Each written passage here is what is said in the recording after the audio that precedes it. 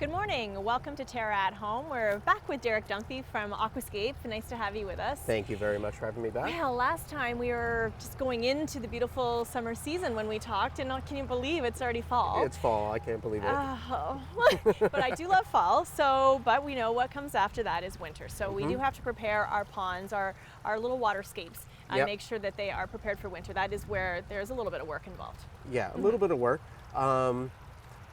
We had a fantastic year, Yeah. and the fountain sales have been really, really, really big. So I think I should talk a little bit about that Yes. first. Okay, And let's then do I'll that. get into the ponds like I know I told you I was going to do. No, but it's true though, because a lot of people, the fountains have become very approachable for people, right? Right. That you can get the tiniest, cutest little one and the smallest little piece of property. So yes, more people have them now. Yeah, because they're a great way to introduce water to the garden, get a little bit of sound, but maybe you don't have the space, maybe you Right. don't have the budget, maybe you just don't want to have a pond with fish in the backyard. Right. So with the fountains, there's a lot of different types out there. If you have a great natural stone fountain, like they sell at TERRA, they've got some great ones. A lot of those can just stay outside.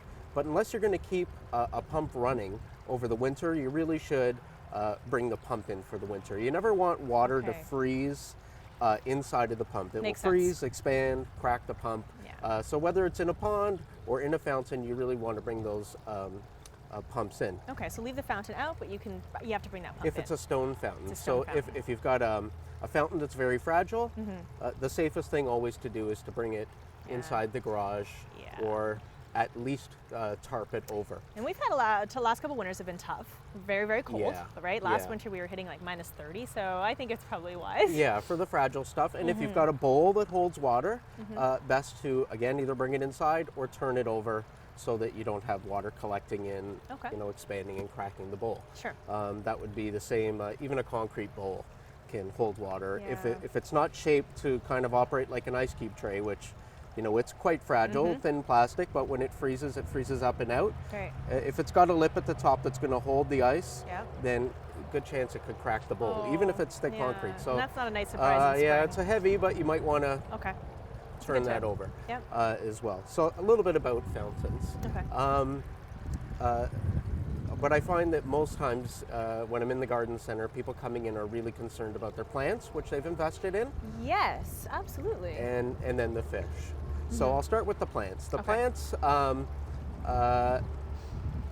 I always tell people, if you've got something tropical, it's not going to make it through not the gonna winter. make it. Don't risk it.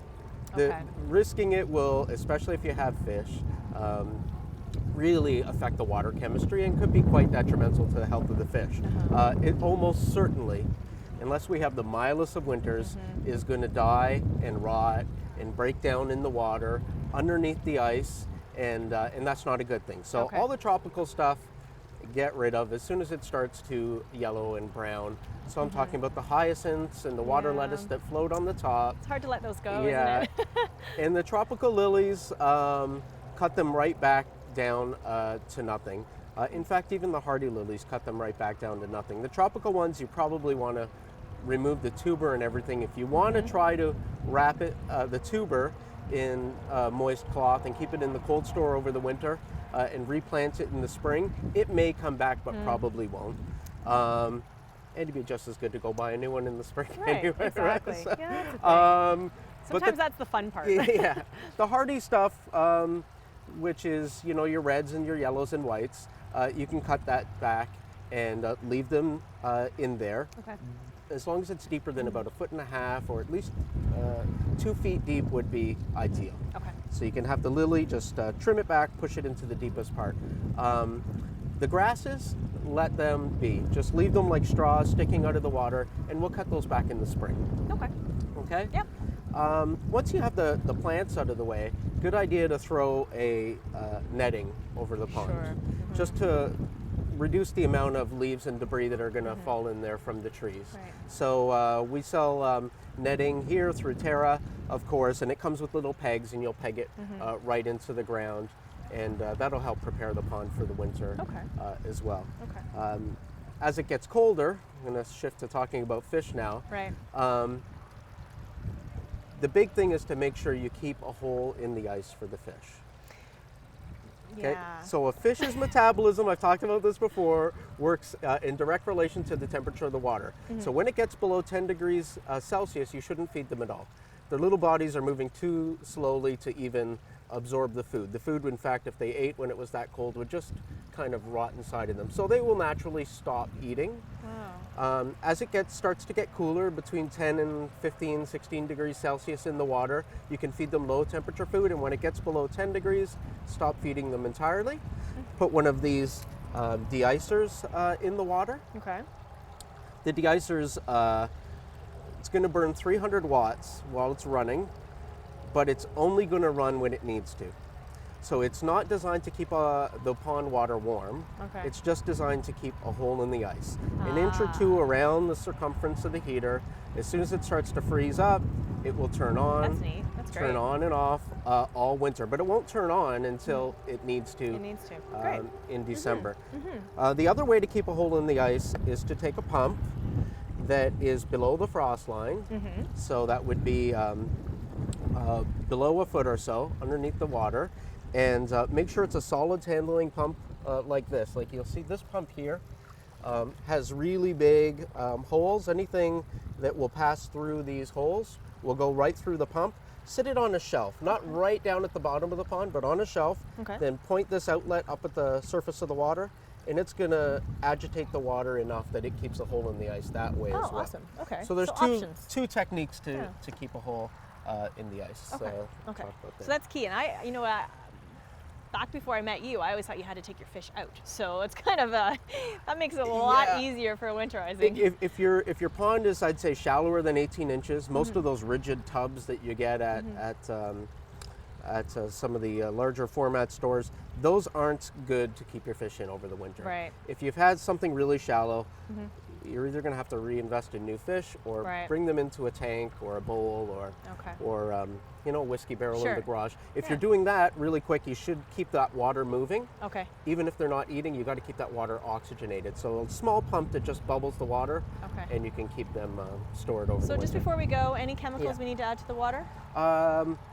The short answer is no. There are cold water bacteria that you can use right until about 5 degrees Celsius. Okay. No water treatment's really going to work once the pond freezes over. Exactly. Yeah. Okay, so once you get through that process, as of now, we know it's inevitable. Yeah, We don't want to think coming. about it right now because we can enjoy our fall and enjoy our pond and enjoy our backyards. Absolutely. Awesome. Good information. Thanks, Derek. Always Thanks great for having you having on me the back. show. That's it for now. Enjoy your pond or your little fountain, whatever it may be, as long as you can. We'll be back with more TERRA at Home right after this.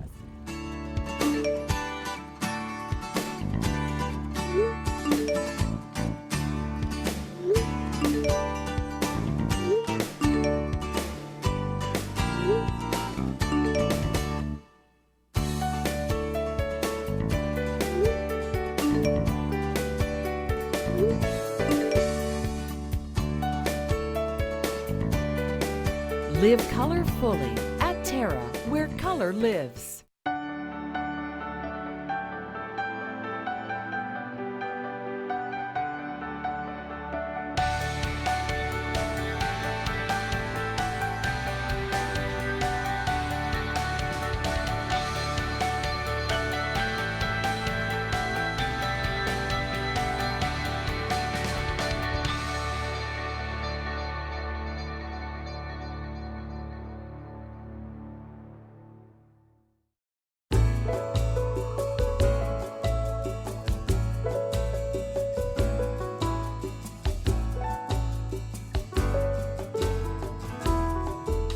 Heritage perennials. Look for us in the blue pots.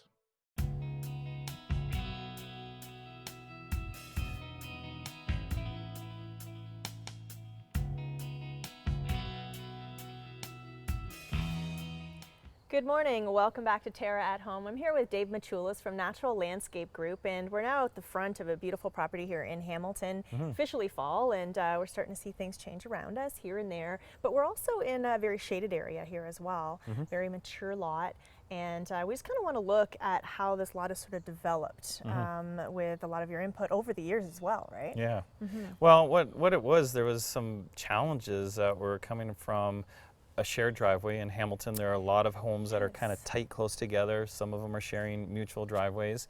We're dealing with the escarpment side of Hamilton. So there's elevation change that was rather dramatic from the front door down to the sidewalk. So a lot of people were just kind of focused on these immediate little walks that came off a driveway. But with the challenge of the driveway being kind of compact and the potential of guests being able to come from the sidewalk, because parking is limited on the street. So people have to park down a little ways and then walk up a sidewalk. So trying to get between the cars, up the driveway, we decided to go with this courtyard open landing and directional stairs right out to the sidewalk. I like that. And that really opened up a plethora of welcome, people to come up from the sidewalk or off to the driveway. And yeah, it was an interesting design challenge, but I think it was overcome quite well. Well, you can see how, if it wasn't like this and you were relying on just walking up a shared driveway, you would be squished trying to get through. So this really does create that open feel, yet you still have all these beautiful trees around you, that frame around the front door, and just gives such character to the house. So you managed to almost kind of dig past through it, and it looks great. Well, what I actually did is when I got here for the first time, I went across the street and I'm looking at the front of this house. And I'm seeing one thing, and you've mentioned it once before about the larger trees. Now the magnolia was already existing here. And I just saw the way that it started to arc a limb to frame the view of the front door. And it's really important in front yard design that you want to focus the attention to the front door. So I saw this picture perfect frame. And the width of the walkway was key, because a lot of people will do these little walkways, these little pedestrian. So I made it a lot wider. So actually, the reason being is 2 people can walk side by side or past each other. Or when you say goodbye, you had a wonderful dinner, goodbye as you're getting on your coat, and then you kind of hit the landing, and it's like you walk down, and sometimes we'll escort the guests down to the car. So we wanted to make it wide enough for that, but open up a nice wide picture frame, so it really kind of gave the emphasis to the front door. And then obviously utilizing some of the flagstone local to our local quarries. So this is beautiful. I know it's really cool because of the colors are better than just gray. I mean, out of the Credit Valley quarry, you get the plum color from the flagstone, and then you get your beige, and then you get your gray. And as you can see, it lasts through the test of time that the color is still resonating in the flagstone.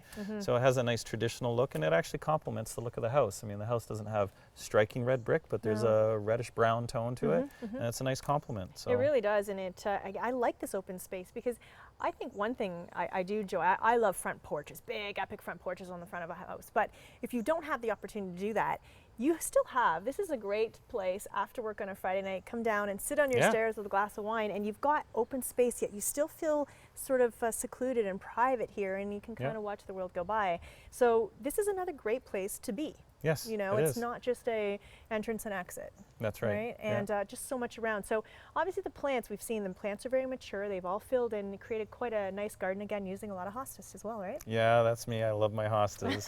But one of the things that really resonates with me as well is the Japanese maples. Love it. And it's hard to find the right zones and the right spots, but this section of Hamilton has the perfect microclimate for Japanese maples to grow. And so this Anab Japanese maple is doing brilliantly out here as a front focal point.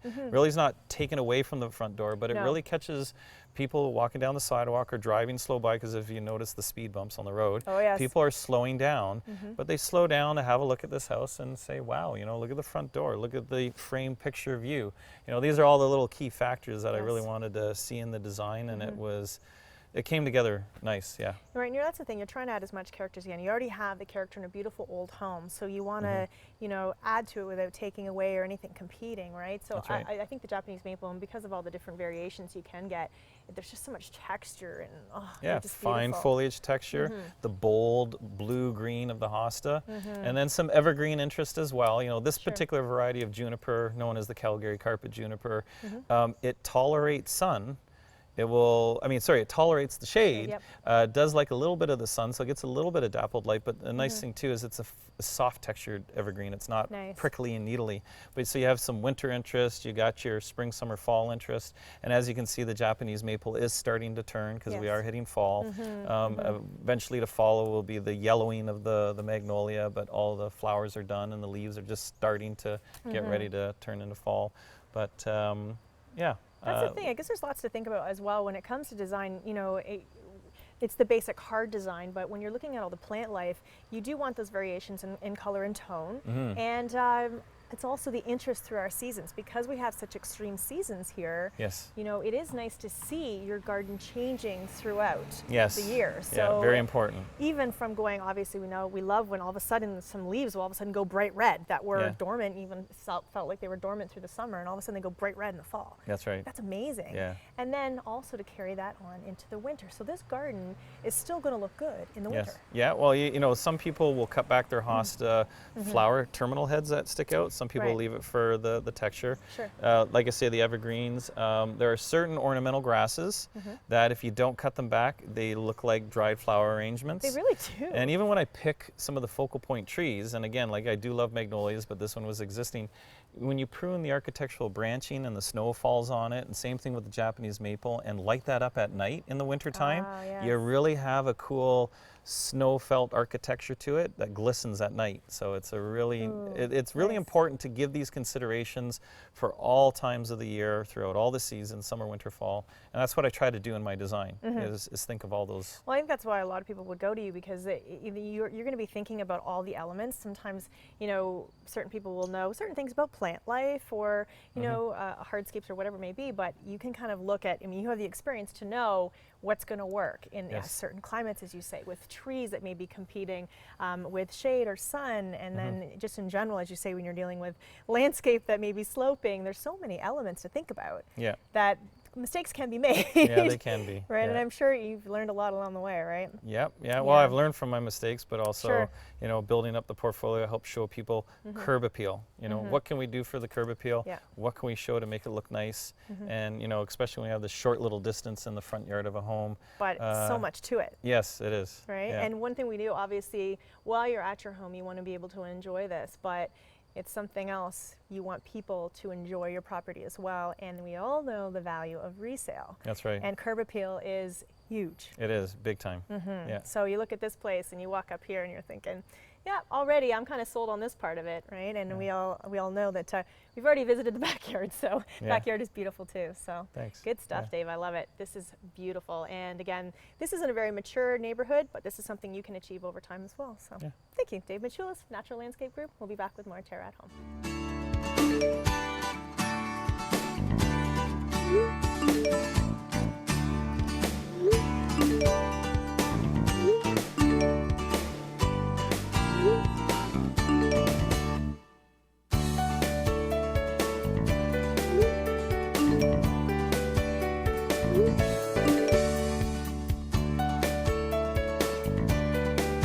Live color fully at Terra, where color lives. You've sat under them and built forts in them.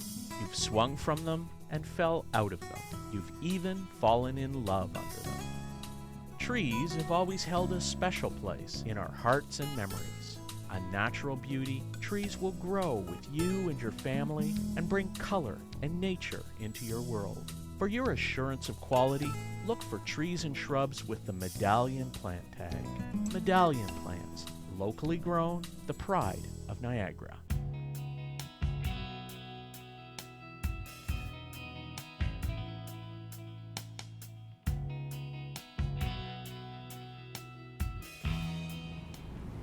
Good morning, welcome back to Terra at Home. I'm here with Chef Mark from La Piazza Allegra Restaurant in Hamilton, and we're making an interesting dish. We're using cabbage, pork belly, Pork belly and potatoes. Okay. Yeah, real simple fall dish. You know what? It's I love the combination of cabbage, pork, and potatoes. It's just it's something about being back home and just a home cooked meal, and it's a feel good kind of dish. Okay. So really simple dish. What I have here, I have my skillet. It's fairly hot. I'm going to add a touch of oil, not too much, because this is the one that the pork belly is going to go in. Now, this is the pork belly that we cure for ourselves at the restaurant. Yes. Your special secret weapon. That's right. So what I'm going to do is I'm going to put the fat side down, and I'm going to start searing it. Now, this one, you're definitely going to have to finish that in the oven because of the thickness. I can smell all what you've done to the herbs and that on there. Oh my goodness. It comes off pretty quickly. Unbelievable. We have some what they call B-sized potato, the small potatoes. And all we did is we just boiled them with a little salted water just to soften them up. Okay? We took a couple outer leaves of the cabbage, and I'm going to hang on to that for the plating of the dish. And then we're going to take the rest of this cabbage and we're going to cut it up, and we're going to just cut it into chunks, and we're going to give it a nice saute with some garlic. I got some Hawaiian black salt there that we're going to use. We talked about this in a past segment. Yeah. Right, so using different salts to. Yeah, it has a your little bit of foods. smokiness on that, so it'll go well with this dish. Yeah. It's like lava rock. It is. It looks like lava rock. That's exactly it. All right, so I'm just going to move this one aside, and we'll let that go. And we'll turn this one on. And I throw in the cabbage.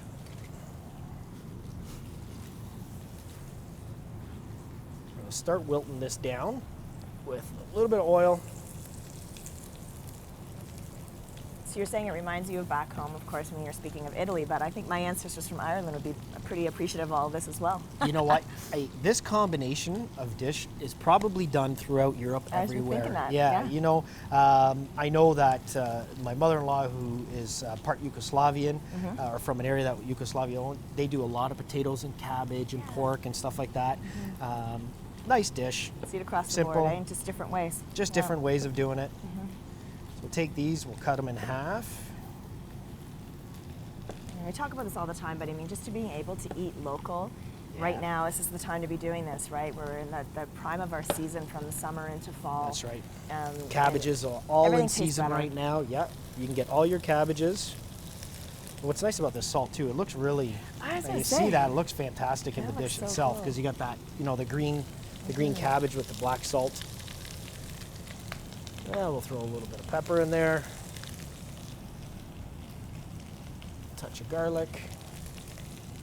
So as you're smelling this salt, you can't really smell a whole lot of smokiness coming from it, but when you cook with it, it starts to really come out, doesn't it? It starts to come out, yes. Yeah, you won't get a lot of it while you're, you know, put your nose right to it. Sure, yeah. But it does, once it hits some moisture, it really bleeds out that flavor there.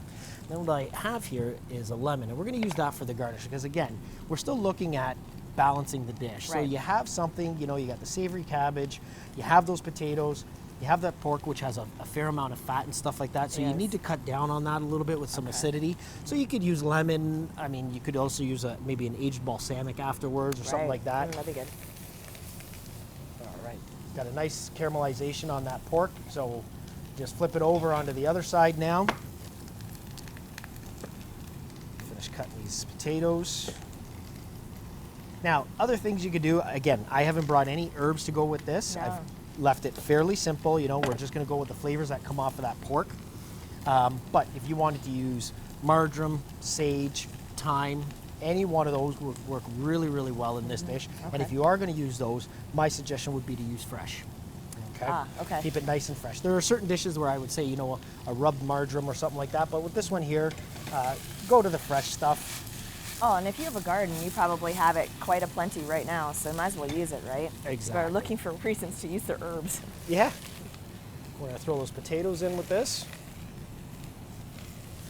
And then what I've done is I preheated the oven. So I preheated the oven to about 425, and again, it makes a Okay. difference whether or not it's a convection oven. But 425, and that's going to be for the pork to finish it off, because you do have to put it in the oven. It's probably going to take, you know, with a piece as thick as this, you're probably looking at about 10, 12 minutes. Okay. Okay, so it is going to take a bit of time. And we're going to add a little more salt here for those potatoes. So you're able to go to, you know, local store, or your butcher, or whatever, and ask for, like, is pork belly pretty straightforward, easy to Straightforward. They should have it almost year round. find? Okay. You know, certain times it'll drop a little bit in price when, you know, especially when people get into the curing season Right. and stuff like that. But yeah, you should be able to find it pretty much any time. You might want to have to give them a heads up a day or so in Okay. advance notice, but But I mean, you have, again, we talked about how yours is fully seasoned and flavored Yes. and herbed. Now, obviously, if somebody didn't have that, what would you be suggesting that they should do with it? you know what? You could get some peppercorns on there, Sure. good quality salt on there. Again, you can use those same herbs I was talking about, so Sure. marjoram, sage, any one of those. Okay. We have one on there, a special ingredient that we keep to ourselves. And the other thing, John, I'm trying to get it out of you, Mark. and the other I thing love that we your have on restaurant there is a little bit of protecting brown sugar. And Ah, that'll help okay. caramelize the outside Okay. as well. So you do Right. want to add a little bit of sugar. I mean, basically, you're making a bacon. but you're just doing that as a solid piece. That's a good thing to think about it. You have to think it that way. If some people haven't used pork belly before, they're not sure, well, how should I be flavoring it? Because we do know that it does have a lot of flavor on its own. It does. Because it's fairly salty, right? Yep, But yep. that Just add it in. And again, you go savory, you can go sweet, depending on what you want. Right. Okay. So in terms of timing, though, because you know you're going to have this kind of prepared, but you know that's got to go in the oven for a little while, right? So You can keep wilting down that cabbage. You don't Okay. have to worry too much about it because the cabbage, especially this one, it's a green cabbage, it's hardy. And then you got the potatoes that are going to take a bit of time to heat. So by the So time you're this, okay. it should be in good timing there.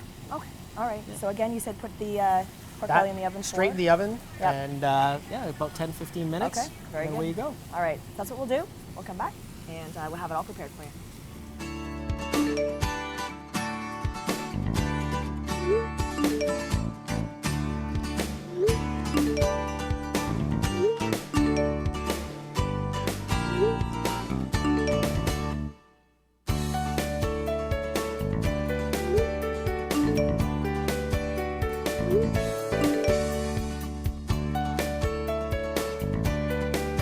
Live color fully at Terra, where color lives. The Hamilton Spectator. At work, at home, or on the go. Read us online, in print, or download us to your e-reader. Get the Hamilton Spectator any way you want it.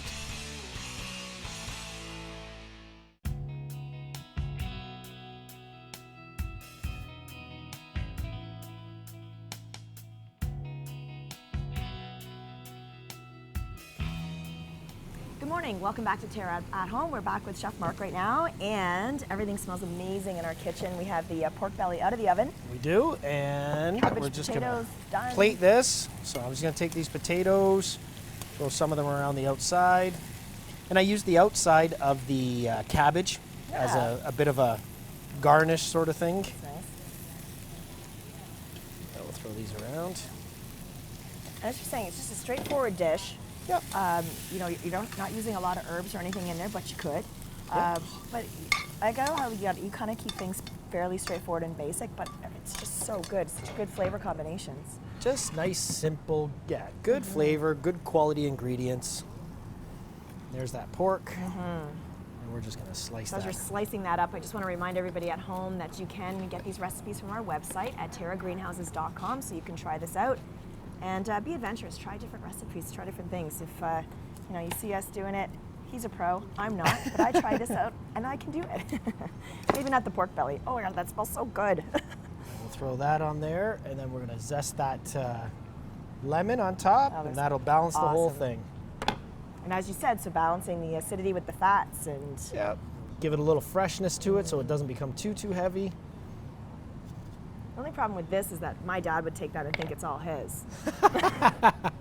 In a heartbeat. There you go. Look at that. That's amazing. So as we move into a new season, we're Yeah. going into fall, you need to start to think what's local now, what's happening for us now as our gardens start to change. Yes. And start working with, again, and go, if you are just buying from the grocery store, from the markets, work with what we have as we go into all the squashes and Look the at your wonderful markets. things. Your markets will give you an indication of really what's local. Yes, More so exactly. than the grocery stores. Very good. Good idea. Well, thank you so much. That's a good one. Thank you. Try it out this weekend and have yourself a good one. We'll see you next time.